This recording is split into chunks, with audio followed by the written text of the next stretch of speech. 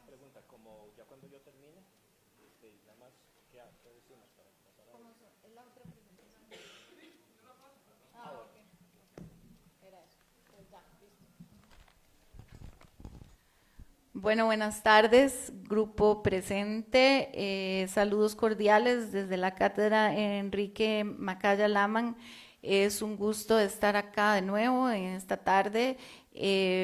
También saludos a la gente que nos acompaña vía virtual, colegas presentes, también estudiantes y a nuestros invitados. La Cátedra Macaya Laman en la Escuela de Estudios Generales fue creada con el fin de generar reflexión en torno a los estudios de las humanidades. Si bien se entiende a menudo y sobre todo fuera de la Universidad de Costa Rica que las humanidades son solo tres y que son filosofía, historia y comunicación y lenguaje, nuestra escuela incluye también a otras secciones como la de biología, como la de sociología, como la de arte y también como la de física matemática. De hecho, hoy nos acompaña particularmente el grupo del repertorio Pensamiento Lógico Matemático, impartido por el profesor máster Ismael Morales, quien nos acompaña hoy. Además, comentábamos entonces que en el espíritu de que la Escuela de Estudios Generales incluye también estas otras secciones, la Cátedra Macaya pensó, siendo que el humanismo necesariamente tiene que ser inter, multi y transdisciplinario, incluir una actividad donde se hablara de ese dialogismo posible entre los discursos literarios y los discursos científicos.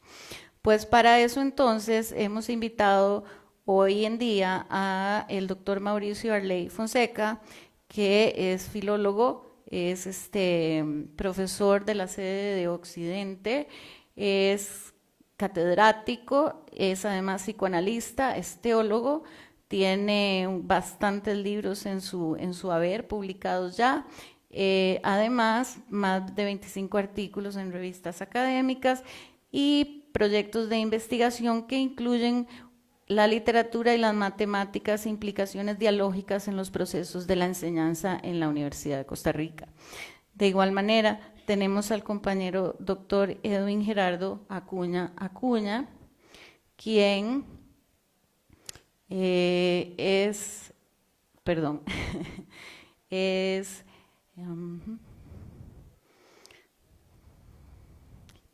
él es, con más de 20 años de experiencia en matemática y economía, ha publicado, revisado contenidos académicos para editores de América Latina.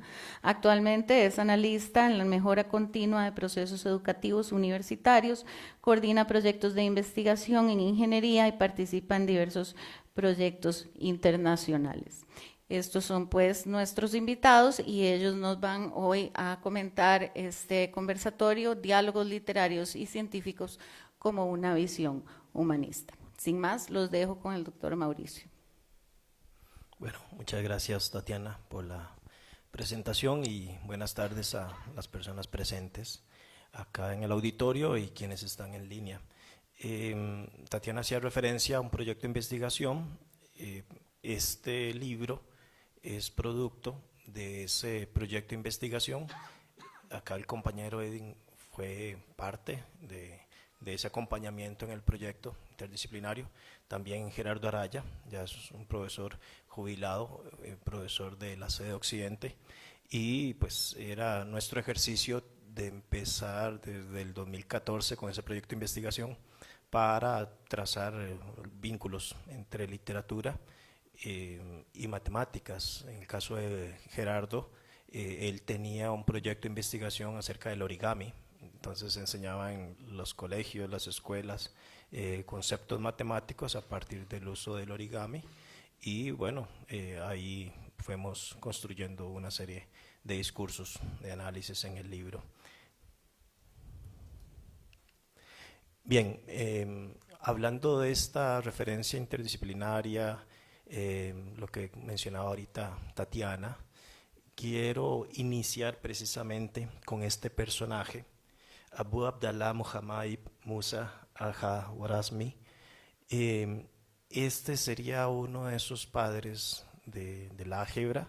La referencia de, por ejemplo, que en filología conocemos, la Escuela de Traductores de Toledo, siglo XII, eso es como más común para quienes estamos en el área de letras, pero desconocemos, por lo general no se menciona tanto esta referencia de la Casa de la Sabiduría en Bagdad, Irak, y este personaje fue jefe de esa biblioteca allá en el 820, durante el califato de Al-Ma'mún.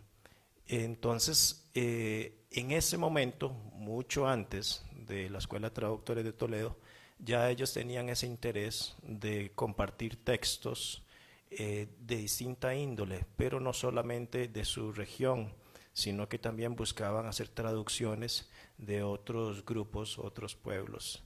Entonces, esa noción de traducir la información y compartirla, como hoy diríamos el uso del Internet, ya desde esos siglos estaba muy presente dentro de las comunidades árabes.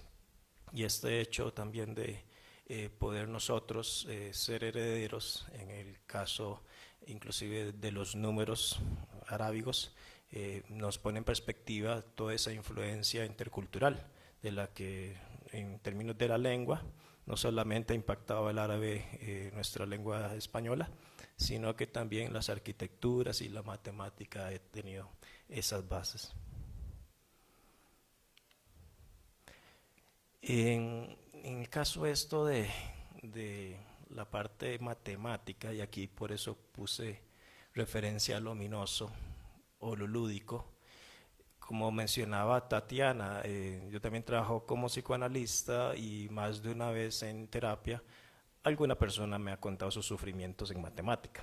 Entonces, esta referencia llega a que puede ser tanto el miedo que se paraliza la persona. Eso lo he escuchado un montón de veces, es cuando surgen temas educativos. Entonces, ¿qué es este asunto del miedo a las matemáticas? Por eso aquí pongo estas referencias de las etimologías latinas: ominari, agorar, ominosus, un mal agüero. Ágora en griego es una plaza pública, y este término en griego también estéticos, que son los sentidos. Lo ominoso, como señala Sigmund Freud, tiene que ver con lo consabido, lo familiar. Y más de uno de nosotros que está acá, quizás desde la infancia, escuchamos, es que las matemáticas son difíciles. Tiene que poner mucha atención. Entonces parece que hay algo que vamos recibiendo como herencia, y por eso puse ese monstruo numérico que está persiguiendo a ese personaje aterrado. Y es un poco de cómo se maneja el lenguaje. Yo esto lo trato mucho en terapia, cuando una persona va a transmitirle un mensaje a otra, sea la relación que sea, parental, de pareja, etcétera, depende cómo se aborde la situación, ya la otra persona empieza a cerrar su escucha, su recepción, porque el abordaje es más de aterrar en lugar de generar un diálogo. Entonces, esta referencia de la matemática como si fuese una personificación de un monstruo es una construcción que es parte de una herencia humana, y también nosotros que trabajamos en la educación es importante poder irnos acercando a los recursos lúdicos, que es ahora un poco algunos ejemplos que voy a ir dando, porque a partir de ese ejercicio de lo lúdico podríamos acercarnos precisamente a reducir el temor. En terapia, precisamente, en el trabajo con niños, el ejercicio del juego es lo que ayuda a también a tener una relación distinta con los síntomas de terror. Hablando del terror, acá puse esta referencia de un personaje de la tradición de la India, Anguli Lama. Aquí puse estas escrituras en Devanagari. Este personaje se le parece a Buda, y ya dentro de este pueblo había una referencia de que este era un asesino y lo que hacía era, después de matar a las personas, cortarles sus dedos. Entonces lo que andaba era un collar con dedos. Tal vez hayan visto estas imágenes del budismo, donde aparece esa mala budista, este collar, esas cuentas, para hacer los ejercicios de meditación. Entonces, este caso, este personaje, la referencia etimológica de su nombre tiene que ver con eso. Es una mala, pero no de meditar, sino es una mala que aterra con sus dedos. Y acá ponía esta referencia también porque nos interesa esta noción también de los dígitos, ¿verdad? Que tendría que ver con esa referencia latina de los dedos, cómo contábamos cuando aprendíamos esas sumas, ¿verdad? Los dedos, utilizábamos los dedos, y esa noción de los dígitos tiene esa relación con lo matemático. Nuestro cuerpo, las partes de nuestro cuerpo han servido como esos referentes contables. Entonces, esta figura del Angulimala, Buda, pues lo observa y le hace ver que no tiene pues miedo, no tiene que correr. Él ya pues ya es un personaje, ¿verdad?, iluminado. Entonces es un poco esto, de que si hay un relato que no vamos a negar, que es el miedo por las matemáticas, puede darse también un proceso a través del trabajo de los sentidos, del juego, de la tranquilidad, para acercarse en otras condiciones a esta información, porque si no lo que ocurre son bloqueos, y cuando hay miedo y está bloqueada la persona, no entra la información. Este es un ejemplo de uno de los cuentos que bueno, yo escribí ahí para el libro, y en este caso me ayudó Edwin para estas referencias matemáticas. Voy a compartirlo. 2 niñas jugaban sobre el verde campo, arrancaron 3 flores de bellos colores y las depositaron en una bolsita de cuero. Luego se sentaron junto a un río donde el aire levantaba sus cabellos. El juego hoy es adivinar el orden en que saldrán las 3 flores, decía una. Las niñas se turnaban, una sostenía la bolsita donde guardaban las 3 flores y otra niña decía púrpura, rosa, verde, y fallaba. Luego otra continuaba rosa, púrpura, verde, y también fallaba. Y así siguieron jugando, y algunas veces una de ellas acertaba la secuencia floral. A lo lejos se escuchó la voz de un hombre sentado junto a un árbol. Un sexto era Rabinal.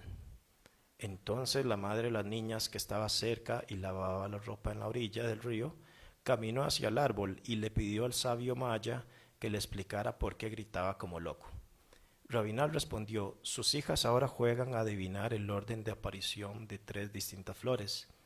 Es por esto que en la primera extracción tienen la probabilidad de sacar cualquier flor en una razón de 1 a 3, porque estas niñas guardan 3 flores de distintos colores en una bolsita: púrpura, rosa y verde.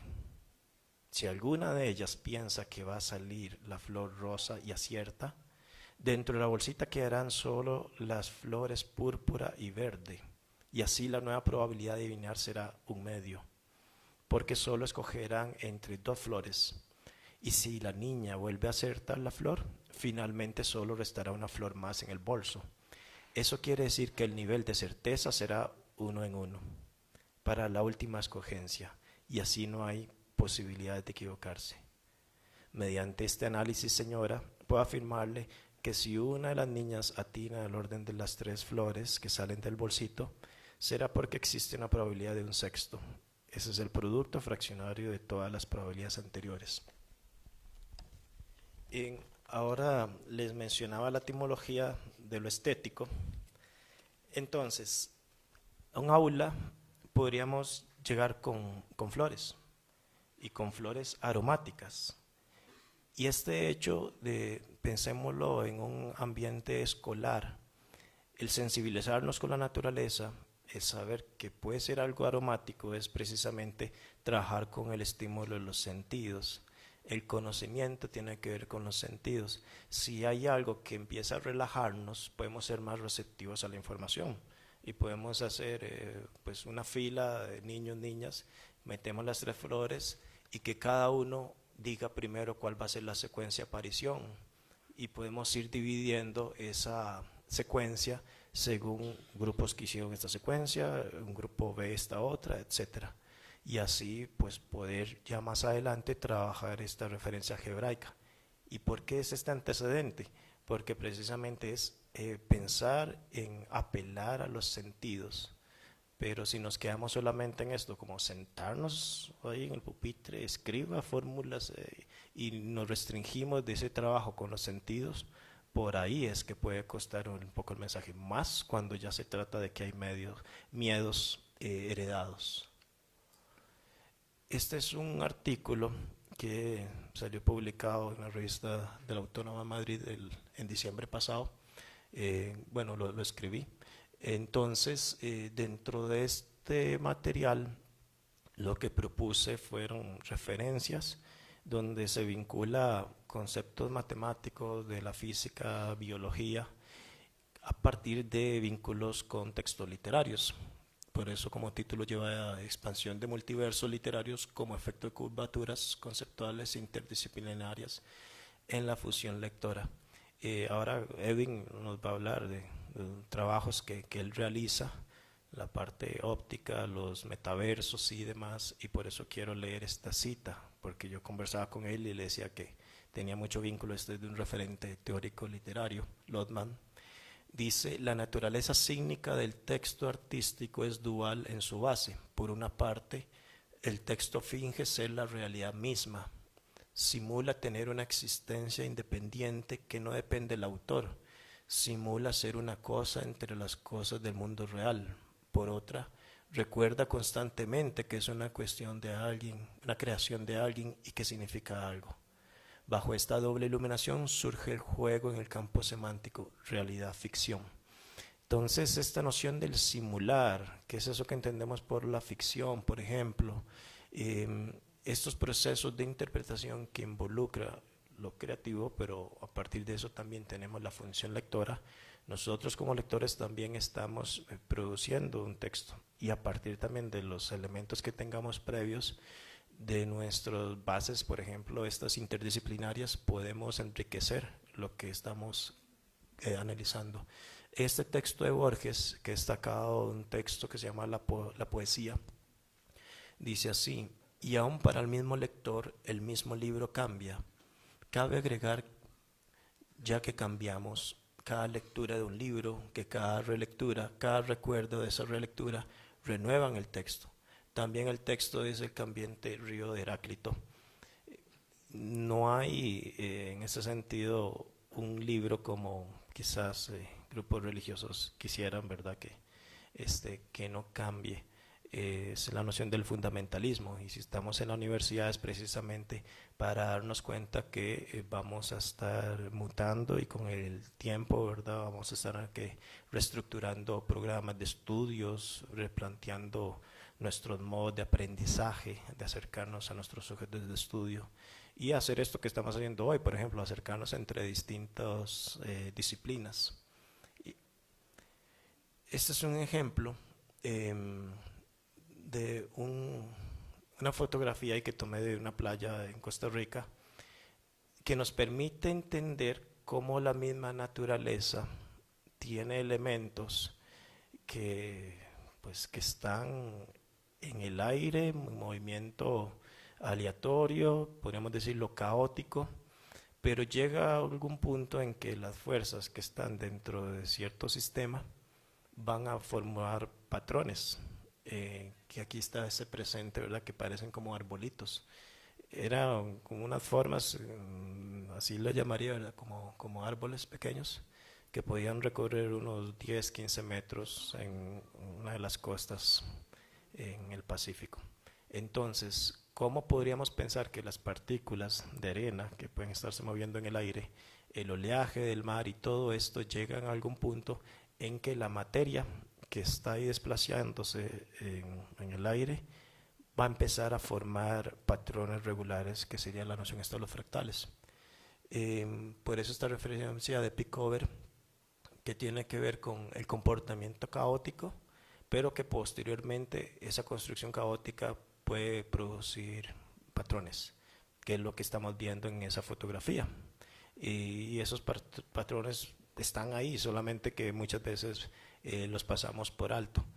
Ese texto que hace referencia a Borges, dice que Borges le gustaba jugar con un caleidoscopio desde la infancia, pero resulta que en los cuentos de Borges ese caleidoscopio seguía apareciendo. Ya para ir poniendo unos ejemplos literarios, en el texto de 100 años de soledad, cuando se menciona esto de la generación con la cola de cerdo, dentro del artículo que escribí, que les mencionaba, se hace mención precisamente a Úrsula y el nacimiento de este personaje. Entonces, dentro del artículo, lo que planteé ahí fue que dentro de este universo de posibilidades nació con cola de cerdo. En otro multiverso no habría nacido con cola de cerdo. Y es un poco el juego de entender los multiversos en términos de la literatura. Por un plano ocurre así, pero por otro no. Y por eso pues estos ejemplos de la figura del cromosoma, cómo a partir de la unión de esos alelos, estas referencias del pasado y el futuro, que esta noción del tiempo está presente en García Márquez, en 100 años de soledad. No casualmente la noción del tiempo está presente desde el título. Entonces, cómo cierta narrativa de García Márquez pasa hacia el futuro, pero luego va retrocediendo. Y ese traslape de información llega, así entendemos esto del ADN, ¿verdad? Como información que se va transmitiendo de una cadena a otra. Puede ser que algo irregular eventualmente surja, como sabemos que ocurre en esto del ADN y la transcripción. Entonces, por eso, pues esta referencia de esos nodos, bueno, el punto quiasma, que sería el Q, que a veces van a generar esas alteraciones, llamémosle genéticas. En el caso de García Márquez, bueno, previo esa referencia de Segre, cuando hace referencia a la rueda del tiempo que se va moviendo hacia atrás y hacia adelante en 100 años de soledad. Por eso es un poco la noción esta del ciclo que mencioné al inicio. Hubieran sido felices desde entonces si la madre de Úrsula no la hubiera aterrorizado con toda clase de pronósticos siniestros sobre su descendencia, hasta el extremo de conseguir que rehusara consumar el matrimonio. Úrsula seguía virgen un año después de casada. Al inicio les hablaba del terror a las matemáticas, pero también hay múltiples opciones, ¿verdad?, del terror que se transmite por las familias. Aquí Úrsula nos está hablando de esta parte de orden sexual y las generaciones familiares. Entonces es un poco esto, como sociedades, García Márquez era uno, ¿verdad?, que está muy familiarizado por distintas prácticas humanas. Y bueno, dentro de esta novela, no casualmente, hace referencia a esto. Ya para ir cerrando, este es un ejemplo de un palíndromo que lo escribe Borges. Sapos oíd, el rey ayer le dio sopas. Se lee igual, ¿verdad? De izquierda a derecha, derecha a izquierda, como un espejo. Es la noción del doble, que para Borges en Dream Tigers, un tercer tigre buscaremos, este será como los otros, una forma de mi sueño, un sistema de palabras humanas, sino el tigre vertebrado. Es esa concepción. Yo cuando hablo del tema del sueño en clases, digo, bueno, usted se puede soñar con un personaje que usted considera que es usted, ¿verdad? Es una imagen que está ahí sublimada. De repente puede haber algo de esa imagen que si analizamos con más detalle, hay ciertas diferencias, y esos detalles son los que nos permiten rastrear que esa imagen tiene algo que nos remonta a un otro, a esa noción del doble. Y ahora veremos que no solamente es el doble, sino lo múltiple, y de ahí viene esa concepción de lo terrorífico. La angustia no solamente va a ser por el doble, sino que ese doble se puede reproducir infinitamente, como ya veremos en esta última, creo que es la que sigue. Acá el compañero Edwin me había ayudado en su momento cuando estábamos escribiendo un material, que estamos ahí a la espera de un dictamen. Entonces, aquí no casualmente utiliza esa figura, es la figura del golem que retoma Borges en sus textos. Y bueno, acá ya me senté con Edwin y luego un buen rato ya la entendí. Entonces, esa noción de los espejos, de cómo dependiendo del ángulo que se forme, vamos a tener esta fórmula que nos va a ayudar a definir por qué vamos a ver 5 imágenes reflejadas en los espejos y no 6, sino 4, por ejemplo. Es una fórmula matemática que ahí está escrita. Entonces, esto que podríamos ver en una casa de los espejos tiene sus construcciones de análisis matemático. Entonces, este sería uno de los ejemplos de algo que nos puede sí, fascinar, porque podemos decir, mira qué interesante, 4 o 5 imágenes del golem. Pero ¿por qué? Ahí es donde entra la matemática, ¿verdad? Para dar esas respuestas por fórmulas y demás, este análisis que el compañero también aportó. Entonces es un poco esto de cómo podemos integrar las disciplinas para no quedarnos solamente en la admiración, sino también explicar el porqué de esa admiración. Y yo diría que no le quita el romanticismo, es algo que le permite integrar distintas nociones. Este ejemplo, sí, yo creo que ya este es el último, lo incluí en un libro de que salió publicado en el 2022 por la UNED. Leer a Borges en una banda infinita es un libro que escribí en 2022 creo que fue. Entonces, el personaje en el cuento se llama Carlos Argentino Daneri. Ese sería el nombre lineal. Pero ¿qué pasa? Si entendemos como las partículas de arena en la playa del occidente, del Pacífico del país que les contaba, si entendemos esas letras como partículas de arena, entonces el viento puede empezar a descubrir que hay otro nombre oculto en Carlos Argentino Daneri, pero hay que dispersar los grafemas. Y eso fue lo que hice para ponerle esas X y empezar a alterar el orden para darnos cuenta que ahí aparece Dante Alighieri dentro de este personaje Carlos Argentino Daneri. Y esto ocurre inclusive en análisis lingüísticos. La PESA menciona esto, Dulcinea sería respecto a Dulce lo que Casildea del Caballero de los Espejos respecto a Casilda. Hay análisis lingüísticos que hacen ese tipo de referencias.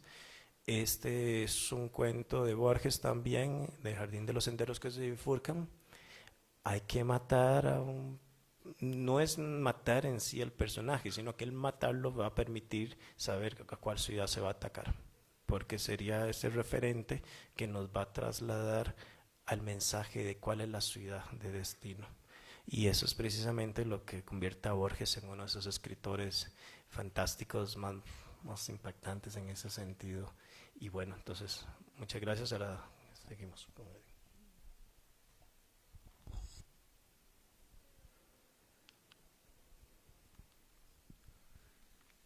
Bueno, buenas tardes. Para mí es un gran honor participar en ese conversatorio. Como dijo Mauricio, hicimos un trío en ese momento entre 2 matemáticos y un literario que casi siempre nunca se unen, casi siempre tenemos un punto de vista distinto, pero lo que buscamos es eliminar tal vez ese concepto de que las matemáticas y la parte literaria nunca se van a unir, y al contrario. La matemática es un lenguaje, como lenguaje es muy enriquecedor y como lenguaje podemos lograr en muchos aspectos. Entonces, en esta coalición que le llamo yo, en esta búsqueda de innovar la forma didáctica, la forma distinta de ver la matemática y la literatura, nos sentamos. Recuerdo que un día en un corredor de mi casa en Guanacaste, Nicoya, había un queco que es una garrubita, y Mauricio me estaba indicando en ese momento por qué el queco estaba buscando la luz. Entonces, y venía otro queco y se ponía a la par del bombillo. Entonces yo digo, Mauricio, analiza algo, ¿qué hay ahí? Una luz. En ese concepto de la luz, ¿qué va a reflejar el queco? Él sabía que los insectos iban a buscar el bendito, la luz, porque veían como que fuera el sol. En ese momento los quecos tenían alimento gratis, ¿verdad? Porque los atacaba. Entonces, él me decía, ¿por qué no sacamos una numeración? A ver cuántos, en la que te quecos, cuántos mosquitos se comían. Entonces, son cosas extrañas entre un matemático y un literario que en ese momento se reunimos y desarrollamos una investigación interesante. Entonces, para que se interpreten la clase de cuando hay dos pensamientos distintos, ¿cómo podemos unirlos, verdad? En esa estructura. En este papel, bueno, en esta parte que me corresponde, vamos a ver tres etapas.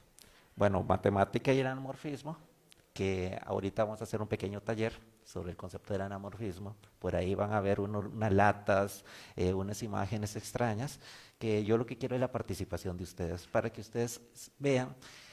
El anamorfismo es la observación de imágenes donde el autor buscaba múltiples interpretaciones en distintos universos, como estaba hablando Mauricio. Vivimos un mundo que todo lo vemos plano, pero cuando nos damos cuenta, en ese mundo plano existen otros submundos en los cuales en la misma opción que estaba viendo una persona, lo podemos ver en múltiples opciones, dependiendo de la ciencia que lo analicemos. El otro punto que vamos a ver es la realidad aumentada. Es algo que hoy en día es boca en boca. El contexto, cómo la tecnología ha eliminado el aspecto de las habilidades de los artistas, entre comillas. Vemos los grandes errores que han cometido algunas empresas en el marketing, en el mercadeo, que al final, si uno lleva o da esos cursos de mercadeo, uno sabe dónde va la línea. Pero ese enfoque de que no es un enemigo, al contrario, podemos buscar la tecnología con un aspecto de dar una visión distinta al mundo literario, una visión distinta a la matemática, y eso es muy, muy importante. Ahora hay un video 100% realizado por inteligencia artificial, que él va a relatar un texto, un matemático haciendo llamémoslo una pequeña novela, sobre cómo ve un niño que muere en una guerra y su muerte. Entonces, eso es un poquito sorprendente, ver un matemático que hace desde un libro de minería de datos, hacer un libro de una novela que se llama El legado del Jade, que ahora les voy a compartir un link, que esta novela está en un metaverso, donde ustedes van a ser partícipe de la novela, van a conocer, la novela se basa mucho en toda la parte, llamémoslos aborigen de Mesoamérica, donde ustedes van a compartir alimentaciones, cultura, canciones, que los mismos personajes van a estar inmersos en ese momento. Entonces va a ser partícipe lo que es de una novela con aspectos tecnológicos, que ustedes sean parte de lo que pensó un escritor, y al final ustedes construyen su propia novela dentro de una novela ajena. Esa visión extraña, y bueno, el último es el metaverso como un espacio literal. Ese espacio es lo que le permitimos a los lectores, que siempre se han quejado de no ser partícipe. Bueno, el buen lector se incorpora dentro de la novela, vive la novela, se siente parte de ese mundo. Pero hay muchos que desconocen esa linda virtud, entonces les vamos a dar un poquito, o le vamos a brindar eso que siente el buen lector en la participación de un metaverso. Entonces, creo que la tecnología nos ayuda, nos colabora en ese punto. Ya he visto resultados, no solo en América Latina. Hace poco tuve la oportunidad de ir a Japón, y uno cree que en Japón ya los autos vuelan. los muchachos entran y es todo tecnológico, no, al contrario. La parte del papel todavía se vive. Y cuando llegué con esa nueva mentalidad de indicar sobre ver la literatura, la matemática en un mundo de realidad virtual, de un concepto de metaverso, les llamó mucho la atención. Aquí, esto no es nuevo. O sea, el concepto de matemática, el anamorfismo, lo que es la realidad aumentada, no es algo nuevo.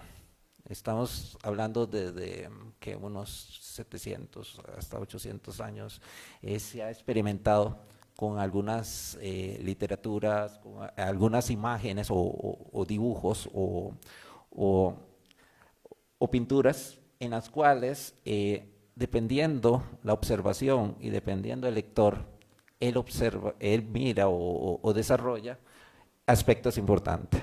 Aquí en Hamlet, ahí vemos dos personajes y vemos una raya extraña que es en forma diagonal. ¿Qué está reflejando ahí? Es un cráneo. ¿Y qué es el cráneo? La muerte. Entonces, si nosotros nos acercamos, ojo, esta imagen tiene más de 500 años. Si nosotros nos acercamos y visualizamos y vemos el cráneo, tal vez la resolución de la imagen no se va a interpretar, pero veamos que ya en esos conceptos buscaban esconder esa nueva tecnología o esas nuevas ideas en una forma distinta de observar. Bueno, también hay que pensar que en esa época veían eso y lo primero que los mandaban era a quemarlos, ¿verdad? Porque y decían que era brujería, decían que, recordemos los conceptos religiosos, que todo lo que era tecnología, todo lo que era ciencia, obviamente era algo pagano y hay que castigarlo con la muerte. Entonces, estos científicos, que como hoy en día los millonarios buscan la forma de ganar más dinero y si ponen leyes buscan cómo saltarse las leyes. Entonces estos científicos hacían lo mismo. Entonces ocultaban llamémoslo un punto de vista distinto dentro de sus imágenes o sus textos. Aquí la implementación de textos a través de los patrones numéricos, como decía Mauricio, es indispensable.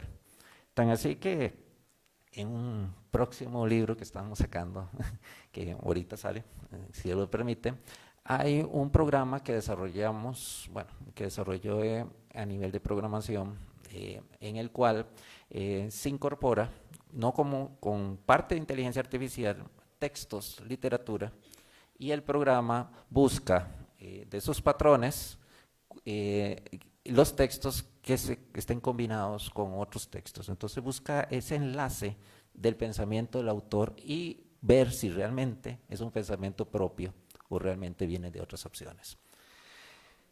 Esa es parte, vemos que ahí puso un texto que dice literatura, uso de las estructuras anamórficas en la poesía y en la prosa.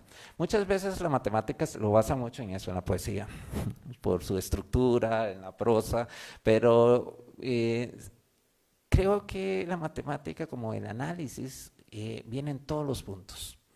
Obviamente, ya cuando uno, a mí me gusta leer mucho Humberto Eco, y yo asocio mucho de Eco con contextos matemáticos muy extraños, muy específicos, que solo entiende, pero para mí es un reto cuando leo esos ensayos y trato de analizar cuál es la estructura de esos ensayos en aspectos matemáticos,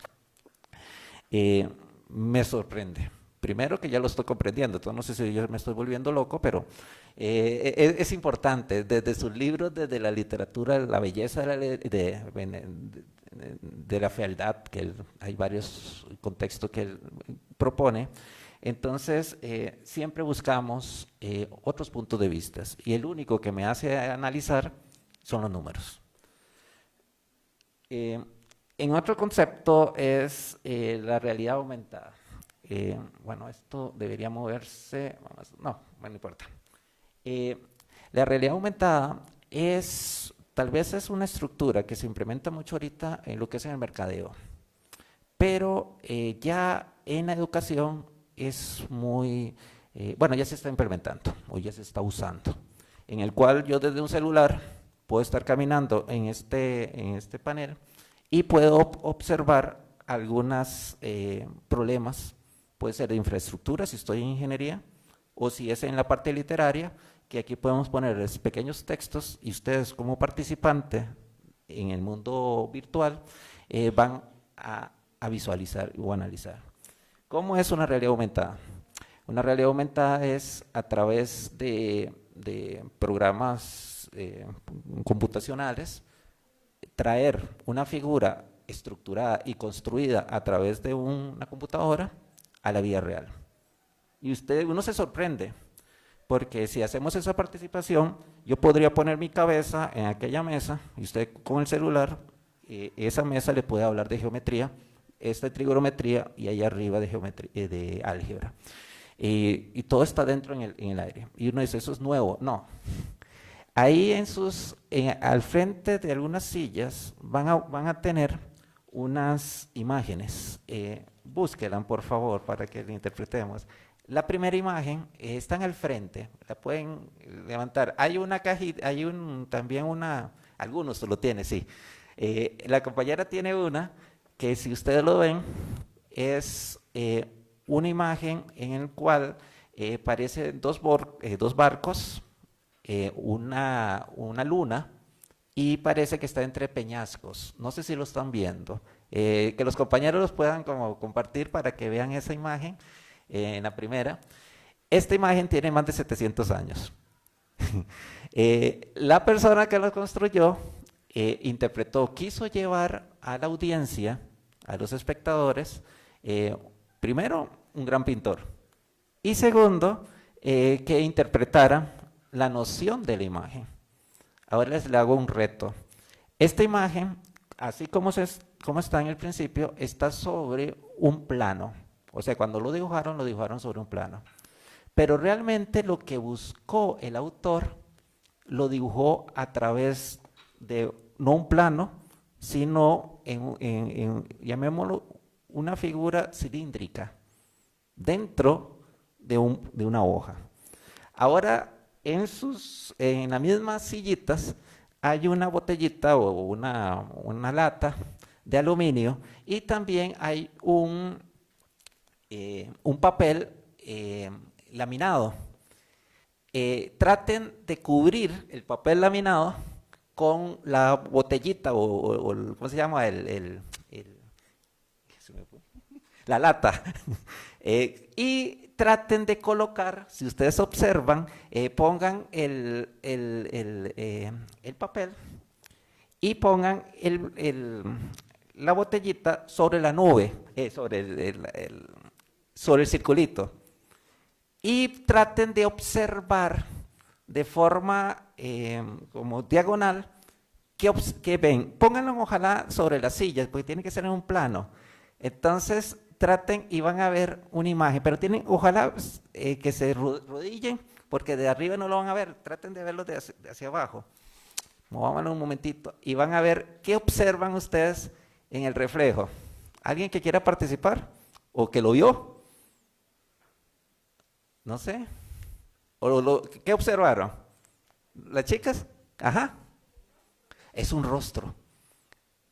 Ahora, el análisis es dónde tiene tal vez el corbatín, quién forma el corbatín y quién forma la barba. Analicen quién forma el corbatín. ¿Alguien me lo puede dar ese reto?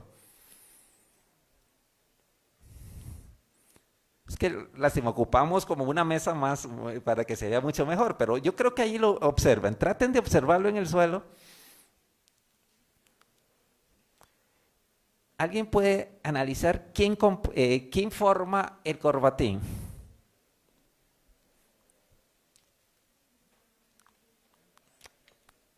Adelante. Exactamente, la barquita que está en el contexto. Y si ustedes ven, la construcción de este dibujo está realizado con la forma de que visualiza el espejo. Entonces veamos que algo que interesante en el aspecto de cómo, dependiendo la observación, podemos desarrollar algo importante. El segundo es que hay uno muy básico. Si ustedes ven ahí ¿cómo se llama esto? Tribilín, a Silvestre, Tribilín, a Silvestre, si ustedes ven a Silvestre, obviamente Silvestre va a aparecer en 3D, ¿verdad? Pero ahora viene algo muy importante que esto en los últimos siglos no solo se quedaron con la gana que en 500 años. Si ustedes observan esta otra imagen, en esta otra imagen hay una persona, no pongan todavía nada, hay una persona que parece que está dormida sobre una mesa y la persona está viendo lo que son aves.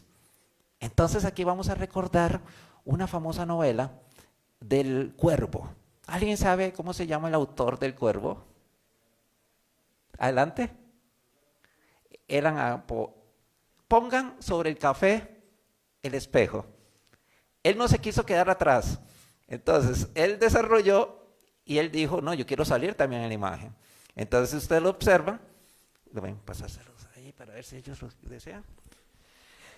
Entonces, observemos que este contexto del anamorfismo no es algo normal, no es algo nuevo, sino lo que estamos haciendo es trayendo esas imágenes o esa literatura a lo moderno. ¿Con qué? Con el concepto de metaverso.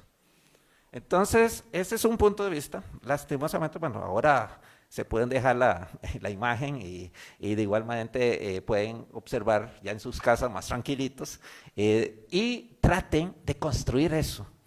Y es sencillo. Lo primero que hay que hacer es en lápiz, la forma cilíndrica, el dibujo que ustedes quieren desarrollar y de segundo punto, ya si tienen las habilidades, ponen el fondo. Entonces yo creo que eso es un concepto de habilidad. Ahí hay muchos más. Viene un contexto muy interesante. Yo hace tiempo, al ver estos horrores sobre las guerras, estos horrores sobre las personas que tienen el poder de matar, tienen la decisión de morir, sin entrar a ningún aspecto político, yo hice un texto sobre un niño que le llamé Inocencia. Ese niño es la voz de todos los niños que han muerto. Es un cuento corto, o es un relato mejor. Un matemático haciendo un relato. Es un poquito extraño. Pero yo quería que esto fuera sensible. Y mi voz, no soy un buen lector, como lo han visto. Pero yo dije, necesito construir una imagen que diga más que unas palabras. Hablé con la inteligencia artificial, yo me pego unas charlas con la inteligencia artificial, con todas, o sea, yo creo que ya le tengo otro nombre a las inteligencias artificiales, y comienzo a hablar con ellos y les digo, mira, yo necesito un niño con un gorro rojo, que sea mío, con una cara de tristeza, pero de seriedad, y que hable con el corazón mi texto.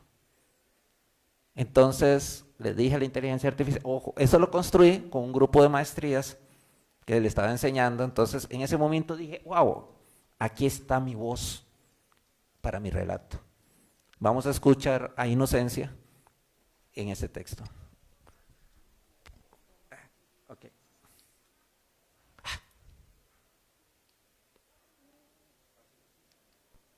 Yo, Inocencia, yacía entre los escombros de lo que alguna vez fue mi hogar, mi mundo. Mi pequeño corazón latía con la tristeza de un adiós no deseado.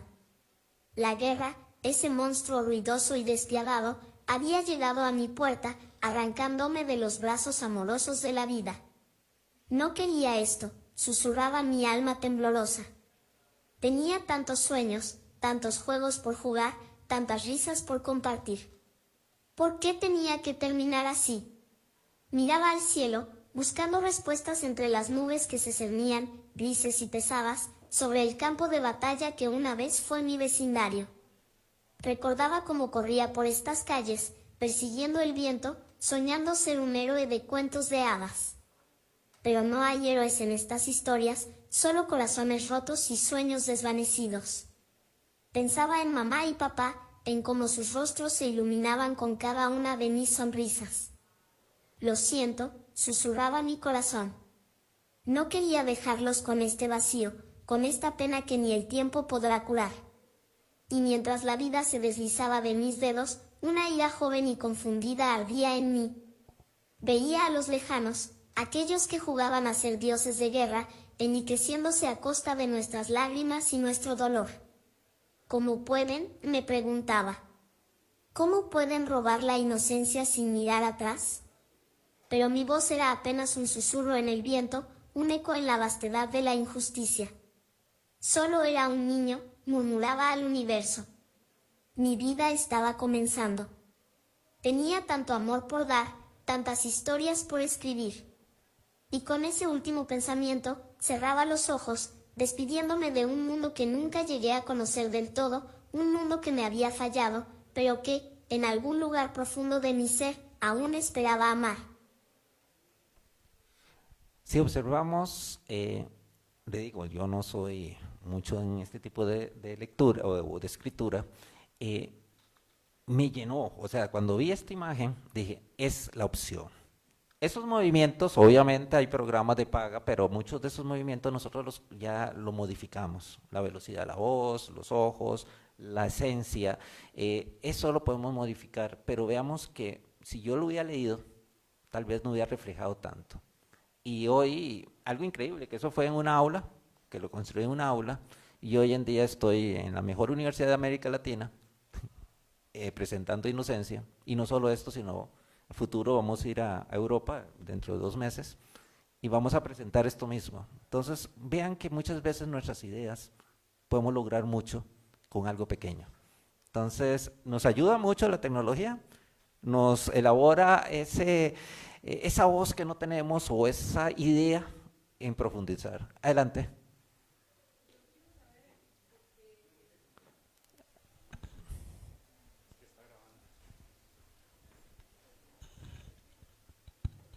Yo quiero saber por qué, o sea, sí entiendo el por qué la tristeza, sin embargo me gustaría saber por qué una cara seria, porque siempre que uno piensa en tristeza, y pues es una cara llorando o algo así, ¿verdad?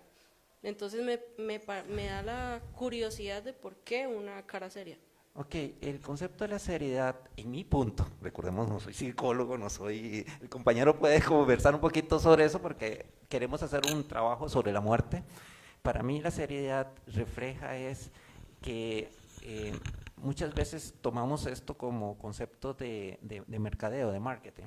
Vemos, observamos las guerras, repito, no quiero entrar en ese tema porque se sale del proceso, pero observamos las guerras como algo aislado, que no nos afecta, ¿verdad? Entonces, la seriedad del niño, si él se pudiera llorar, a lo mejor buscamos lástima. No, yo quiero que esto, él dice, es algo que se ha dicho muchas veces, se ha comentado muchas veces, se ha visualizado muchas veces y no actuamos. Y yo como casi fui parte de este mundo que ustedes me lo quitaron, tengo la voz de decir, hay que hacer algo y ya. Entonces, ese es mi punto de vista, digamos, tal vez quise poner esa cara seria en el sentido, para mí la seriedad dentro como riguroso matemático, yo digo que es como la base, porque no puedo, recordemos que la matemática es muy rigurosa, por eso la odia, muy abstracta, por eso la odia, entonces quise, no, algo serio, que refleje un poquito el humanismo. Mi punto de vista, repito, no soy psicólogo, no busqué, pero busqué esa seriedad por ese sentido. No sé si te respondí. Ok, muchas gracias. Ahora viene, para cerrar, uno de los puntos más importantes. Cuando yo vi esto, dije, wow, voy a hablar de un tema de que mis padres, bueno, yo nací aquí en San José, pero me crié toda una vida en Nicoya, soy nicoyano, guanacasteco, gracias a Dios. Entonces mi padre siempre nos acostaba por un cuento que él lo hacía, él lo inventaba. Mi padre es autodidacta, lee, bueno, cualquier papel que le llegue a la mano, lo lee. Entonces él nos contaba las historias de los aborígenes, nuestros aborígenes, los chorotegas.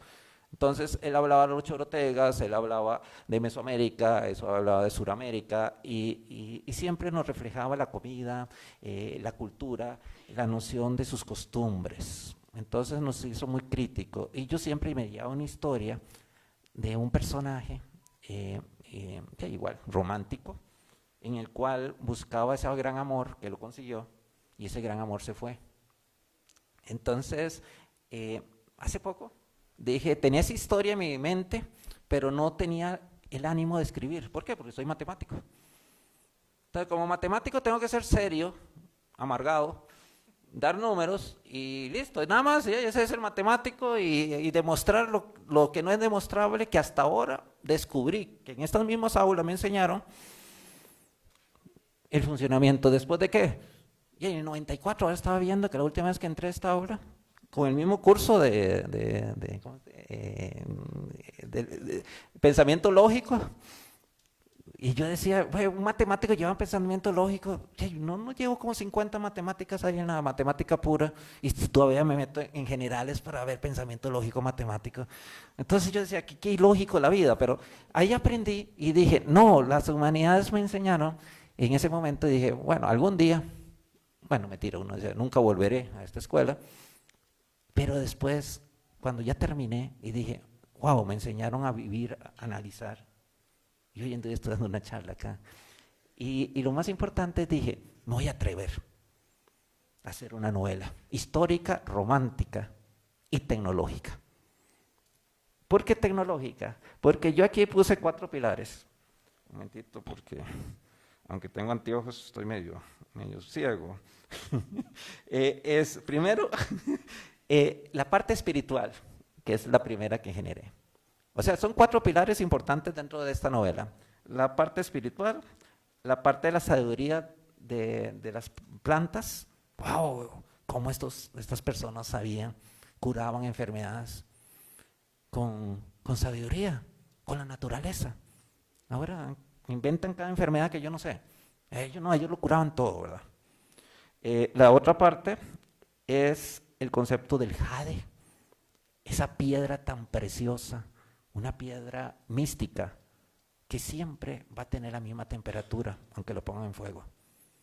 Esa piedra que los mismos japoneses, después vi el contacto de Japón y América Latina, no crean, no fueron los españoles que llegaron primero. Ese contacto de esa piedra mística hacia ese simbolismo que veían los aborígenes. Algo importante, el jade no había en Costa Rica. Y no creo que lo aprendí hace como 3 años. Porque me dijeron, según yo, estaba conversando con unos extranjeros, y yo les decía, sí, Costa Rica, Guanacaste tiene mucho jade. Y me dijo ahí en el Museo de Jade, está equivocado, joven, Costa Rica nunca tuvo jade. Y el montón de jade, y ahí, comercio. Entonces siempre hubo comercio, aquí nunca hubo jade, y siempre obtuvimos mucho. Y la tercera parte, obviamente, la organización comunal. 3 grandes pilares en mi novela. Y la llamé El legado del jade. El legado, tuve que ir casi toda Centroamérica y hasta llegar a México, comiendo, visualizando cada uno de los puntos donde iba a ir mi personaje en ese mundo fantástico. Y dije, esta novela va a traer eso. Y lo más importante de esta novela es que te va a abrir un portal, que ahorita se los enseño, que se le toma una foto y después se ingresa, un portal con un QR. En ese portal ustedes van a ser partícipe de la novela. Obviamente hay que leerla para saber lo que van a descubrir. ¿Y quién les va a hablar? Personajes como Inocencio, el cual le va a abrir puertas. Eso sí, ustedes tienen que saber abrir. ¿Cómo? Haciendo algunas, llamémoslo, preguntas que están dentro de mi novela. Entonces hay una participación, ustedes como lectores, en mi novela. Y lo único que no van a sentir es el olor, la comida, la tradición, las personas, pero se lo van a imaginar. Perdón. Ojalá que le tomen una foto, después pueden entrar. Van a entrar al famoso mundo del metaverso. En ese mundo van a entrar primero es un salón en un lago, donde van a tener 2 posibles caminos. Uno que se llama Mesoamérica, van a descubrir lo que es la parte literatura, comidas, costumbres y otras cosas. Y la otra es el mundo del jade, otro gran mundo. Entonces, después lo visualizan, tienen que tener un poquito el internet, bueno, y van a entrar a ese mundo. Entonces les estoy dando un mundo que después ustedes pueden construir sus propios mundos. Entonces, esa es una idea innovadora. No crean que es innovadora. Hay muchas librerías o editoriales que están construyendo eso. Desde que usted abre un libro, pone aquí y ve una persona que sale aquí en 3D. Ya pronto, solo con los anteojos, usted lo visualiza. Esto no es nuevo, obviamente yo lo estoy incorporando en una novela, que tal vez es lo que refleja, pero queríamos, con esta pequeña presentación, invitarlos a no limitarse solamente con un tipo de carrera o pensamiento distinto. Hay que ser en este mundo competitivo, tener un multipensamiento, descubrir, buscar, compartir con otras personas que tengan otro punto de vista, porque así aprendemos y hacemos una gran sociedad. Y lo más importante es ser un mundo de amigos y no ver muchos inocencias muriendo. Entonces, muchas gracias por la invitación.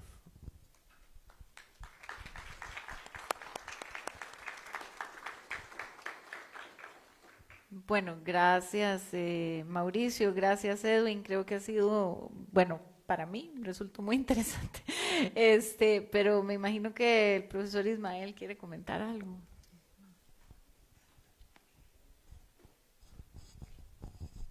Bueno, primero que todo, agradecer a Edwin y a Mauricio por la visita. Bueno, yo quiero presentar a mi grupo también. Ellos son parte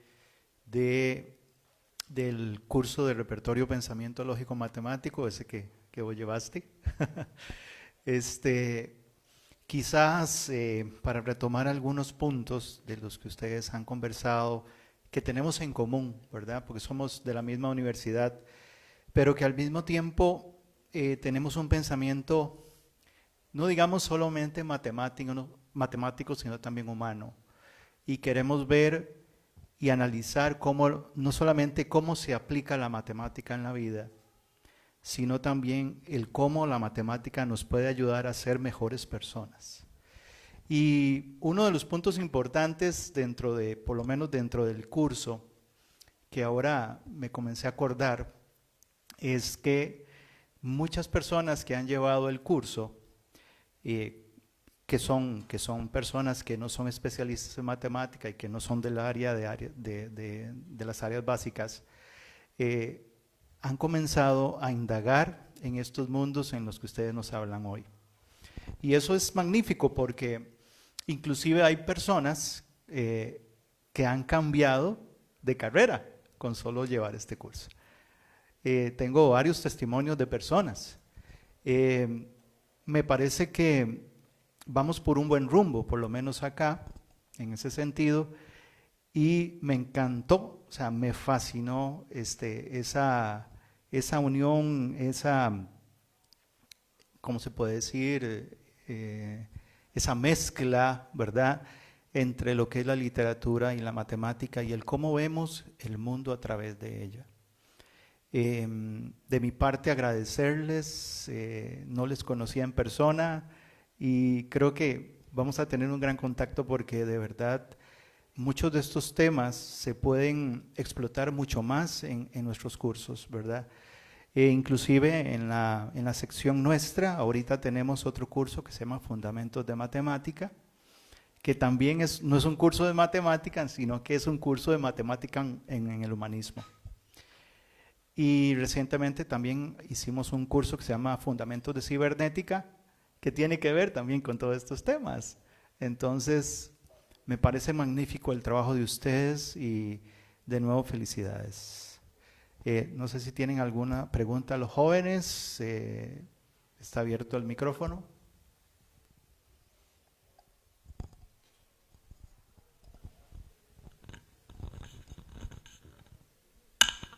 Bueno, igual que el profe, agradecerles por el tiempo. Mi pregunta era porque ustedes mencionan que lo que se cree es que las humanidades son son tres: comunicación, filosofía e historia, pero que también está la biología, sociología, arte y física mate. ¿Ustedes, digamos, creen que esa es la mejor manera, o más bien que esas otras ramas, que para mí también son súper importantes, deberían como entrar en ese curso que nosotros llamamos de humanidades? Si se debería reformular el curso que llamamos humanidades, o cómo lo verían como una mejor manera de aplicar todas esas otras áreas que hay de humanidades. Gracias.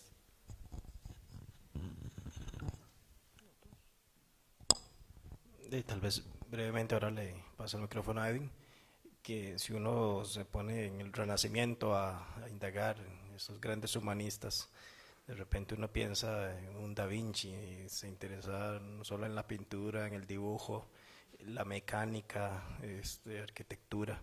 Entonces, en esos grandes humanistas que nos ha heredado la historia, podemos ver que precisamente todo aquello que tenga que ver con la producción humana es digno precisamente de llamarse humanismo. Las mismas matemáticas, como humanizar en ese sentido las matemáticas, porque nos da sentido también de pertenencia. Esta referencia que mencionaba yo, por ejemplo, con los miedos, como a partir de elementos que tiene una profesión se puede espantar a las personas, y entonces ahí es un proceso de sensibilización en el plano de la educación para, porque esto, por eso lo pongo en términos psicológicos.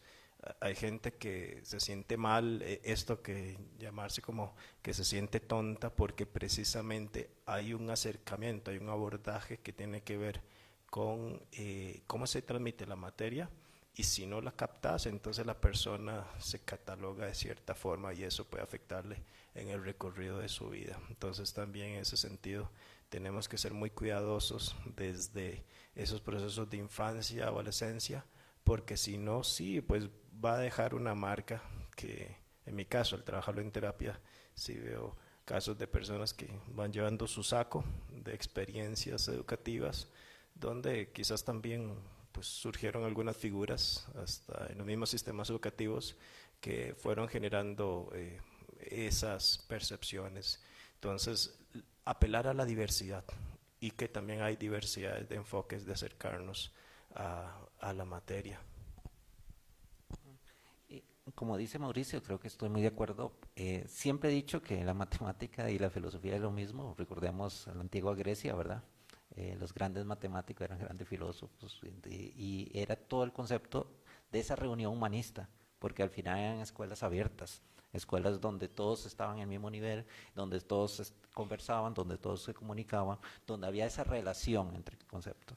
Muchas veces nosotros hacemos las divisiones, yo creo que eso es algo muy importante, nosotros mismos hacemos las divisiones, y eso lo vemos desde las escuelas, o sea, desde que yo no soy bueno en la matemática, pero soy bueno en la literatura. No, creo que eso tenemos que eliminarlo desde el principio.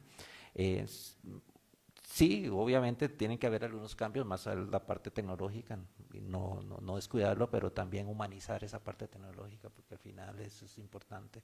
No llegar a ese concepto de lo solo, ¿verdad? Si no es una herramienta como herramienta, pero creo que siempre hubo, somos nosotros los mismos que hacemos las subdivisiones, pero sí hay que retomarlo, ¿verdad? Entonces, no sé si te respondimos.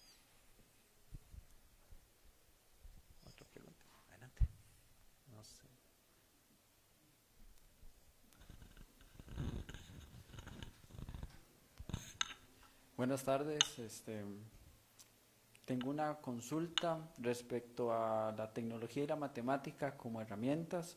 ¿Cómo humanizamos estas herramientas en la vida cotidiana? ¿Cómo podríamos empezar a implementarlas en el diario vivir? Bueno, es un punto donde sí tenemos que nosotros incorporarnos, digamos, nosotros mismos, buscar la manera de... Simon Bauman decía en un momento, ahorita que me recordaba, un contexto de la educación líquida. Él establecía que hoy en día todo lo que queremos es automatizado y de ya, porque lo tenemos que implementar para el momento. De cambiar esa forma de pensar va a ser un poquito difícil, entonces yo creo que ese humanismo o llevar esa tecnología, en mi punto de vista, se tiene que reflejar desde el aula, quitarle el miedo, porque recuerdo unas cosas que han pasado y pasaron muchas veces en estas universidades sobre la implementación de la herramienta como la inteligencia artificial, ¿verdad? Que hubo ese rechazo, pero al final es que tal vez el tipo de uso que le implementamos. Entonces, si llevamos a esto, como esa imagen que yo desarrollé con inocencia, perdón, o buscar la manera de incorporarlo en aspectos humanos, ¿verdad? Pero sí, eso es una relación más que todos los programas, planes y nosotros mismos. Entonces, en mi punto de vista, poco difícil, pero ya si nos dedicamos seríamos nosotros, ¿verdad? Cada uno de nosotros. No sé si Mauricio. Eric Fromm decía como que cada época da sus síntomas. Uno podría pensar, por ejemplo, por qué parece tan natural tener ansiedad. Este tema de la tecnología, todo rápido, y entonces cuando hay que esperar viene el caos. Entonces esa parte tenemos que manejar esa vertiente. Sí, la tecnología nos puede ayudar en ciertos aspectos, pero también tenemos que alejarnos del celular por periodos. Una amiga de Tailandia le había escrito un mensaje y me escribió tal vez como a los 5 días porque me decía eso, que estaba en un retiro y ellos precisamente cuando hacen esos trabajos de meditación se retiran de la tecnología, y eso me parece muy sano, que también tengamos ese espacio de retirarnos de los celulares porque lo normalizamos y lo primero que se busca es ver qué hay en el celular apenas que se despierta. Entonces hay que también tener ese cuidado para no caer en esa trampa.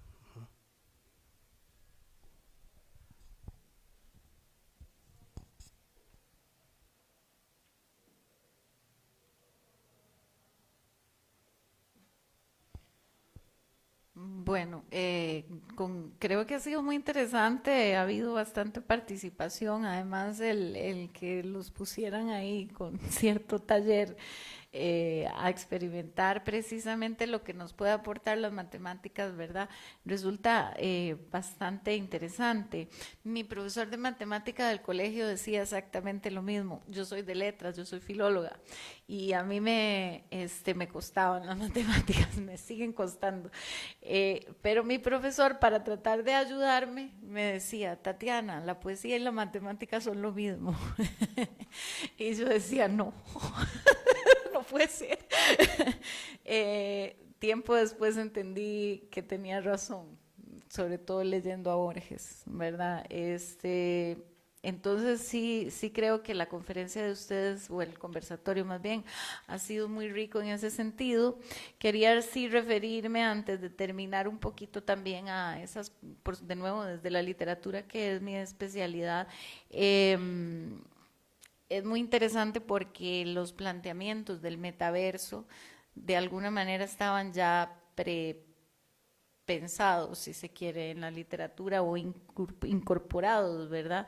Y creo yo que es un poco lo que nos señalaba Mauricio con los multiversos en la literatura.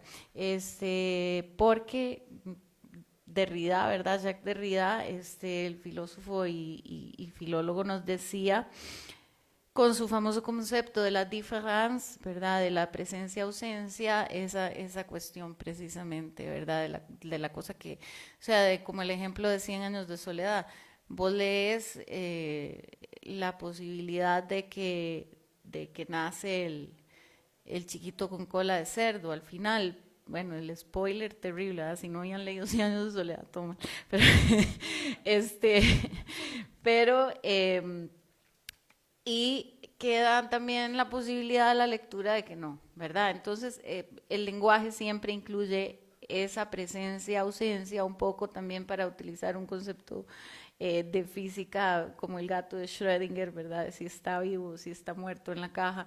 Esas cuestiones son muy interesantes porque, en efecto, la literatura las ha abordado tanto temáticamente como desde desde la forma, ¿verdad? En cómo se escribe. Entonces, encontrar relaciones entre el mundo de las matemáticas y de la física con la literatura no es tan loco como uno cree. Y con el arte igual, ¿verdad? Tenemos a un Escher, por ejemplo, ¿verdad? Que evidencia el asunto del laberinto como el título del libro de los compañeros. Y entonces, pues en ese sentido yo creo que este conversatorio nos ayuda a pensar precisamente en que se puede romper esa separación tan drástica entre los saberes que tenemos, ¿verdad? Había un teórico muy interesante que se llama C.P. Snow, que habla de las dos culturas, precisamente, del problema de las dos culturas en las universidades y en el abordaje académico, y entonces él sostiene que está la cultura de las letras y la cultura de las ciencias, y que desgraciadamente se piensan separadas, ¿verdad? Siendo que tal vez buscar más bien la integración nos permitiría, pues evidentemente, una visión mucho más compleja de la realidad, y además podríamos resolver mejor los problemas a los que nos enfrentamos día con día, incluyendo de pronto las guerras. Entonces, bueno, yo creo que ha sido muy enriquecedor. Realmente yo les agradezco a nuestros invitados, al público presente, al público también que nos acompañaba vía virtual. Y bueno, nos despedimos. Muchas gracias por haber venido. Buenas tardes.